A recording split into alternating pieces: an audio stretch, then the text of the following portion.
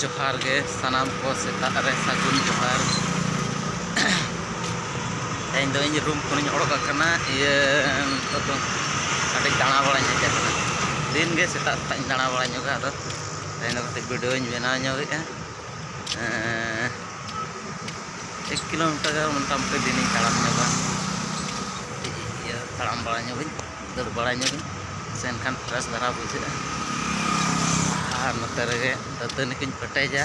और दातनी दातनीते और रुड़ा जमा और फिर कमी चला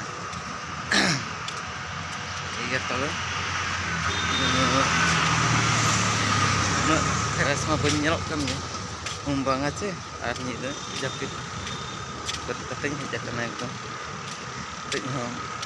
बन बतुम ठीक है तब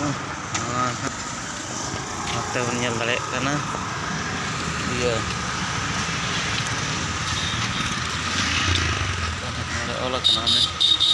रावले स्टेशन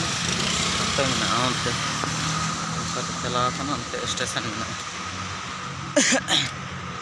तो देजो ले चला खान और तो रुआर 1 किलोमीटर ठीक है तब नजारा बन दाड़ा तगड़ा एकदम मस्त